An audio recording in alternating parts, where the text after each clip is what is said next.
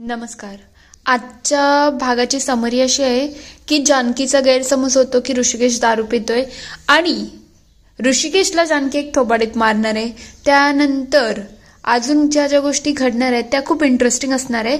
चला बघूया आजच्या एपिसोडमध्ये काय काय होतंय.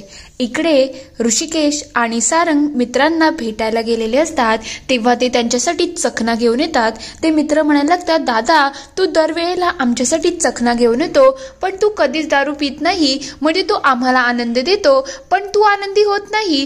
तेव्हा सारंग म्हणतो, काय दारू पिण्यामध्ये आनंद आहे, उगाच वाटेल ते बोलू नका. तेव्हा ते म्हणतात, दादा पण हे तर चुकीचं आहे ना, दारू पिल्यानंतर वेगळाच आनंद मिळतो आणि तो तुम्ही सुद्धा घ्यायला पाहिजे. तेव्हा ऋषिकेश म्हणायला लागतो, असं काहीच होणार नाही, दारूच्या थेंबाला सुद्धा ऋषिकेश हात लावणार नाही. ही काळ्या दगडावरची रेग आहे आणि तुम्ही याच्यामध्ये पडूच नका ना, कारण की मला याच्यात पडण्यामध्ये काडीचाही इंटरेस्ट नाही आहे.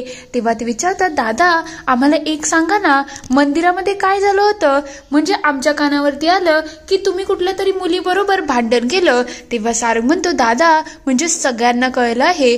तेव्हा ऋषिकेश म्हणतो, आता जी मुलगी माझ्या समोर येऊ दे ना, तिची मी पूर्णपणे वाट लावेल. तर दुसरीकडे जानकी अभ्यास करत असते. ते बघता काकू तिथे येतात आणि लगेच दिवा बंद करतात. तेव्हा जानकी म्हणते, काकू तुम्ही बघितलं नाही का, मी अभ्यास करत आहे. तेव्हा ती म्हणते, मग तू अभ्यास करणार आणि आम्ही आमची झोप खराब करणार का, असं काहीच होणार नाही. जर तुला अभ्यास करायचं असेल ना, बाहेर खिडकीमध्ये उजेड येतो तिथे जा. तशी मोठमोठ्या लोकांनी अशा दिव्याच्या लाईटीवरतीच अभ्यास केला आहे, मग तू सुद्धा तिथेच कर, इथे बसायची गरज नाही. जानकी लगेच घराच्या बाहेर जाते. तर दुसरीकडे ऋषिकेश आणि मुलांच्या चर्चा सुरू असतात. तेव्हा ते म्हणायला लागतात, दादा मला तर एक प्रश्न हा पडला आहे, आपल्या इथे यावेळेला पिक्चर काही आला नाही, काय करायचं. तेव्हा ऋषिकेश म्हणतो, काळजी करू नका, आपण या फ्रायडेला तिथे पिक्चर आणू आणि तो सुद्धा मराठी पिक्चर. तेव्हा ते म्हणतात, दादा थिएटरचं काहीतरी करायला पाहिजे, कारण की त्याच्यामध्ये प्रॉफिट सुद्धा आहे आणि आपली मनमानी सुद्धा होते. तेवढ्या त्या तिघांच्या गप्पा सुरू असतात. इकडे जानकी अभ्यास करत असते.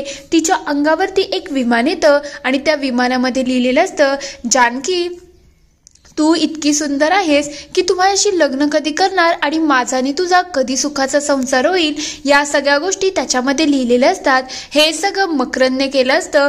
तो लपून तिकडे बघत असतो.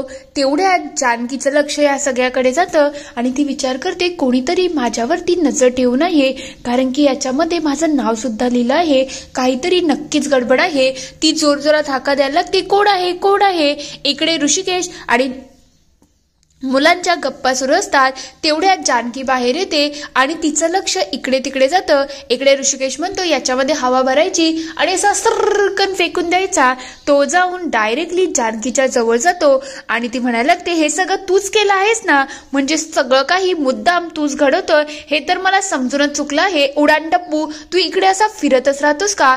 तेव्हा तो म्हणतो, तू काय बोलते, तुला तरी कळतंय का, मी का तुझ्यावरती विमान मारू. तेव्हा ती म्हणते, हो तूच मारला आणि मी बघितलं सुद्धा आहे. ऋषिकेश म्हणायला लागतो, तुझं चाललं तरी काय आहे, तू प्रत्येक गोष्टीमध्ये का ग जत्रेबाई मध्ये मध्ये येते. तेव्हा ती म्हणते, मी कुठे मध्ये मध्ये आली आहे, हा बघ तुझा भाऊ आला मध्ये, ओले ओले ओले, बाळाला वाईट वाटलं का भावाला बोलली म्हणून, पण बाजूला हो. तेव्हा ऋषिकेश म्हणतो, गप्प राग, काय चाललंय तुझं. तेव्हा ती म्हणते, तू दारू पिली आहे, अरे तुम्हाला काही शरम वाटते की नाही, मित्रांना भेटून तुम्ही ते रस्त्यावरती दारू पिता, तमाशा करता, पोरींना चिडता, हे काही बरोबर नाही आहे. मी आत्ताच्या आत्ता पोलिसांकडे जाते आणि तुमची पोलीस कंप्लेंट करते. तेव्हा सारंग म्हणतो, वाटेल ते बोलू नको ग, काही बोलायची गरज नाही. तेव्हा जानकी त्याच्यावरती भडकते आणि म्हणते, काय बोलू नको, मी स्वतः बघितलं आहे, तुझ्या भावाने माझ्यावरती विमान फेकला आणि आता तो दारू सुद्धा प्यायला आहे. तेव्हा ऋषिकेश म्हणतो, तुमचा खूप मोठा गैरसमज होत आहे. ती म्हणायला, ते काहीच गैरसमज होत नाही, उगाच वाटेल ते बोलू नका, तुम्ही लोक कसे नालायक आहेत ना, म्हणजे तुम्ही खरंच वाईट लोक आहेत. तेव्हा ऋषिकेश म्हणतो, तुझा प्रॉब्लेम काय आहे ग. इकडे जानकी सगळ्यांना समज देत असते की तुमचे तर आई बापाने तुम्हाला काही संस्कारच दिले नाही आहेत, म्हणून तर रस्त्यावरती अशी दारू पिता, मुलींना चिडता. तेव्हा ऋषिकेश चिडतो आणि म्हणतो, एक शब्दही नाही, माझ्या आई वडिलांवरती जायचं नाही. तेव्हा ते म्हणतात, का जायचं नाही, तुम्ही असं मुलींना छेड काढणार, कविता बनवणार, वाटेल ते करणार आणि आम्ही काही गप्प राहायचं का, बस झालं तुमचं. तेव्हा सारंग म्हणायला लागतो, काय चाललंय ताई तुमचं, तुम्ही गप्प राहा ना, काय बोलत काय सुटलं आहे, माझा दादा असा नाही आहे. तेव्हा ती म्हणते, मला माहितीये तुझा दादा कसा आहे आणि कसा नाही. ती रागामध्ये तिथून निघून जाते. तेव्हा सारंग म्हणतो, मी आता या बाईला सोडतच नाही, थांब जरा दादा, मी जातो आणि हिला चांगलीच अद्दल घडवतो.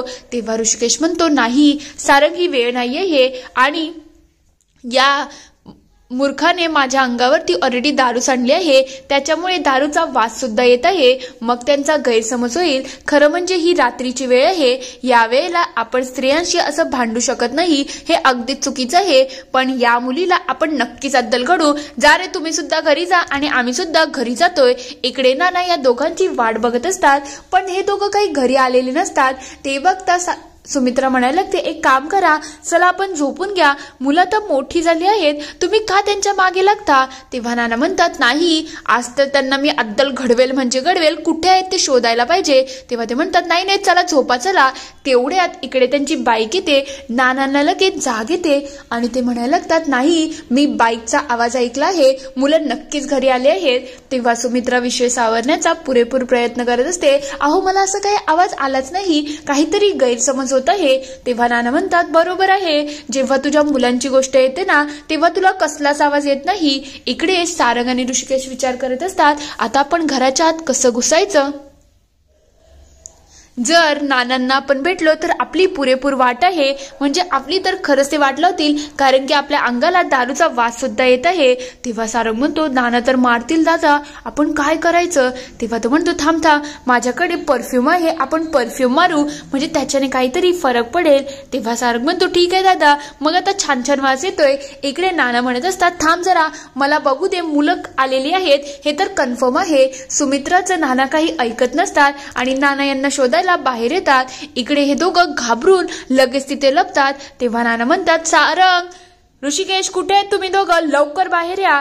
तेव्हा सुमित्रा म्हणायला लागते, अहो नाही आहेत ते, उगाच एवढ्या जोरजोरात आरडाओरडा करू नका, आजूबाजूची लोक उठतील आणि बोलतील काय तमाशा चाललाय. तेव्हा ते म्हणतात, नाही ती दोघं इथेच आहेत. सारंग इकडे घाबरतो आणि म्हणायला लागतो, दादा चल, बाबांच्या पायावरती आपण डोकं ठेवू आणि सॉरीच मागून घेऊ. तेव्हा तो म्हणतो, तू पागल बिगल झालायस का, नाना चोपून काढतील, नाना काय सोडत नसतात.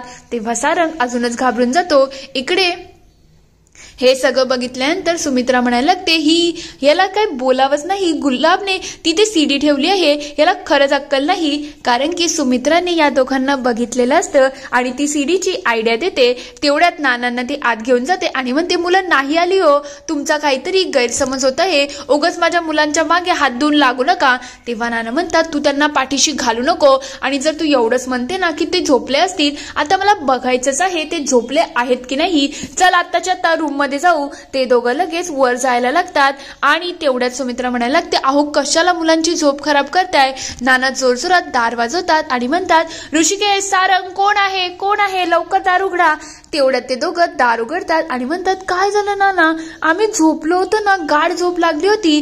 तेवढ्यात इकडे सुमित्रा देवाला हात जोडते आणि म्हणायला लागते, फायनली हे घरात तरी आले, नाहीतर आता नानांनी तमाशा घातला असता. तेव्हा नाना म्हणायला लागतात, काय रे, तुम्हाला जाग येत नव्हती का. तेव्हा सारंग म्हणतो, काय झालं नाना, सगळं ठीक आहे ना, आम्हाला खरंच खूप गाढ झोप लागली होती, एवढ्या दिवसानंतर चांगली झोप लागली होती. तेव्हा ते म्हणतात, खरं खरं सांगा, ही खिडकी कशी काय सुरू आहे. तेव्हा ते म्हणतात, नाही नाना, आम्हाला खरंच माहिती नाही ही खिडकी कशी सुरू आहे, झोपेचं खोबरं झालं नाना. तेव्हा ते म्हणतात, ठीक आहे, खरं सांगा, हे सगळं तुम्ही मुद्दाम केलं आहे ना, म्हणजे तुम्ही आता खिडकीतून यायला लागले का. तेव्हा सुमित्रा म्हणते, काहीही बोलू नका, माझी मुलं अशी का करतील, ती मोठी झाली आहेत, असं काही करायची त्यांना गरज नाहीये. तेव्हा नाना म्हणतात, या वेळेला तुम्ही वाचले आहात, पण पुढच्या वेळेला माझ्या हाती लागले ना तर सोडणार नाही. नाना लगेच चिडून तिथून निघून जातात. तेवढ्या सुमित्रा म्हणते, बरं झालं तुम्ही घरात आले, नाही तर आता वाट लागली असती. तेव्हा ऋषिकेश म्हणतो, हे सगळं आई तुझ्याचमुळे झालं आहे ना, तुने जी सीडीची आयडिया दिली ना त्याच्याचमुळे आम्ही वर येऊ शकलो. तेव्हा ती म्हणते, ठीक आहे, तुम्हाला काही खायला हवं आहे का. तेव्हा सारंग म्हणतो, आई थोडी थोडी तर भूक लागली आहे, थोडं काही बनवते का. तेव्हा ऋषिकेश म्हणतो, गपरे, झोपू चला, आई तू सुद्धा आराम कर आणि आम्ही सुद्धा आराम करतोय. काय रे, तुला आठवण राहिलं नाही का की आपल्याला ही खिडकी सुद्धा बंद करायची आहे. तेव्हा सारंग म्हणतो, कसं आठवण राहील दादा, किती घाईघाईमध्ये आपण वर आलो होतो ना, म्हणून थोडंसं माइंड मधून स्किप झालं. इकडे दुसऱ्या दिवशी सकाळी जोरजोरामध्ये दार वाजतं आणि दारावरती जानकी असते. तेव्हा जानकी ऋषिकेशच्या अंगावरची चादर काढते आणि म्हणायला लागते, काय रे उदान टप्पू, असा झोपून राहणार आहेस का? यावेळेला मी तुला सोडतच नसते. तू दारू पितो, तमाशा करतो, मुलींना छेडतो, आता बस झालं. ती सनसनी त्याच्या एक कानाखाली मारते. ते बघता सारंग आणि ते दोघं सनकन उठून जातात. तेव्हा सारंग विचारतो, दादा काय झालं, तू एवढा घाबरला का आहे? तेव्हा तो म्हणतो, ती जत्रवाली आहे ना, तिने माझ्या कानाखाली वाजवली. तेव्हा सारंग म्हणतो, दादा खरंच, ती कुठे होती आणि कधी आली? तेव्हा तो म्हणतो, ती घरामध्ये आली होती आणि तिने कानाखाली मारली, म्हणजे अक्षरशः मला तिचं स्वप्नच पडलं. तेव्हा तो म्हणतो, दादा असं कसं काय होऊ शकतं? तेव्हा तो म्हणतो, हिला तर मी सोडत नसतो, पण हिने माझ्या कानाखाली कशी वाजवली, मला याच गोष्टीचं आश्चर्य पडत आहे. तेव्हा सारंग म्हणतो, दादा मला असं वाटते जत्रेवाली तुझ्या मनात भरली आहे, त्याच्याचमुळे तुला तिचे स्वप्न पडले. तेव्हा तो म्हणतो, असं काहीच नाही आहे, तिची तर मी वाट लावेल, कारण की तिने माझ्या कानाखाली स्वप्नात कशी काय मारू शकते. तो थोडा चिडून गेलेला असतो. तर दुसरीकडे जानकी देवपूजा करत असते. पहिले ती वृंदावनाला पाणी घालते आणि त्यानंतर घरात जाऊन देवपूजा करत असते. काकाही उठतात आणि तिच्याबरोबर देवपूजा करतात. तेवढ्यात काकूंना जाग येते आणि म्हणायला लागते, मला वाटलंच होतं गोंगाट तर हीच मुलगी घालेल. तेव्हा काका म्हणायला लागतात, काय ग, ती तर पूजा करत आहे आणि सकाळीच पूजा करतात, संध्याकाळी करत नाही, जे तू एवढं बोलते. तेव्हा ते म्हणते, तिला काय आहे, आम्हाला दिवसभर किती कामं असतात आणि त्यामध्ये आम्ही सगळं करतोय, मग तिला एवढ्या सकाळी एवढं गोंगाट करायची गरज नाही. तेव्हा जानकी म्हणते, मला तुमच्या उठण्याच्या वेळा माहिती नव्हत्या म्हणून सॉरी, उद्यापासून मी थोडी काळजी घेईल. तेव्हा ती विचारते, घरची कामं झाली का, की सगळीकडे संस्कारांचं प्रदर्शन सुरू आहे? तेव्हा ती म्हणते, कामं सुरूच आहेत, कणिक मळून ठेवली आहे, कुकर लावला आहे, चहा रेडी आहे, तुम्ही चहा घेताय तर सांगा. तेवढ्यात काका म्हणतात, मी चहा घेतो. जानकी लगेच त्यांना चहा देते. तेव्हा ती म्हणते, कसं आहे, हे सगळं तर झालं आहे, आज माझ्या ऑफिसचा पहिला दिवस आहे ना, म्हणून मी जरा लवकर उठून सगळं आवरलं आहे, सगळं रेडीच आहे, फक्त आता भाजीला फोडणी द्यायची आहे आणि पिऊला आवडतात म्हणून मी बटाट्याच्या काचऱ्या सुद्धा बनवते. तेव्हा ती म्हणते, ठीक आहे, हे सगळं तर ओकेच आहे, घराची बाकीची कामं झाली का? तेव्हा ती म्हणते, हो, झाडलोटी झाली आहे, लादी पुसून झाली आहे, सगळं आवरलं आहे. तेव्हा काका म्हणायला लागतात, काय ग, ती या घरामध्ये भाडे देऊन राहते ना, मग तू तिच्या बरोबर अशी नोकरासारखी कशी काय वागू शकते? तेव्हा ती म्हणते, ती तशीही अनाथ आहे आणि तिला एवढ्या चांगल्या घरामध्ये राहायला मिळते, तेही एवढ्या कमी भाड्यामध्ये, अजून तिला काय पाहिजे, म्हणून तुम्ही जास्त बोलू नका. हे ऐकलं तर जानकीला थोडं वाईट वाटत असतं. तेव्हा काका म्हणतात, ऊस गोड लागतोय ना, म्हणून आपण त्याला पुरा खात नाही, तुझं तेच सुरू आहे. तेवढ्यात ती म्हणते, जानकी सगळं आवर आणि पिहू चल ग, उठ चल. इकडे जानकी तिच्या कामाला लागलेली असते. थोड्या वेळानंतर जानकी स्वतःचं सगळं आवरून ऑफिसमध्ये येते. तेवढ्यात पिऊन दादा तिला बुके देतात. ते बघता ती विचारते, हे सगळं पहिल्या दिवशी सगळ्यांच्या बरोबर होतं का? तेव्हा ते म्हणतात, नाही, पण तुमच्यापासून सुरुवात होणार आहे असं दिसून येते, म्हणून तुमचं वेलकम करण्यासाठी सरांनी हा बुके पाठवला आहे. तेव्हा ती म्हणते, हे तर चांगलं आहे, मग सर कुठे आहेत, कॅबिन मध्ये का? मी एकदा त्यांना भेटून येते. जानकी लगेच मकरनला भेटायला पुढे जाते. तर दुसरीकडे इकडे मकरन जानकीचा फोटो बघून म्हणत असतो, जानकी, आज जसं तुझं या ऑफिसमध्ये वेलकम होत आहे ना, तसंच तुझं माझ्या घरामध्येही लवकरच वेलकम होणार आहे.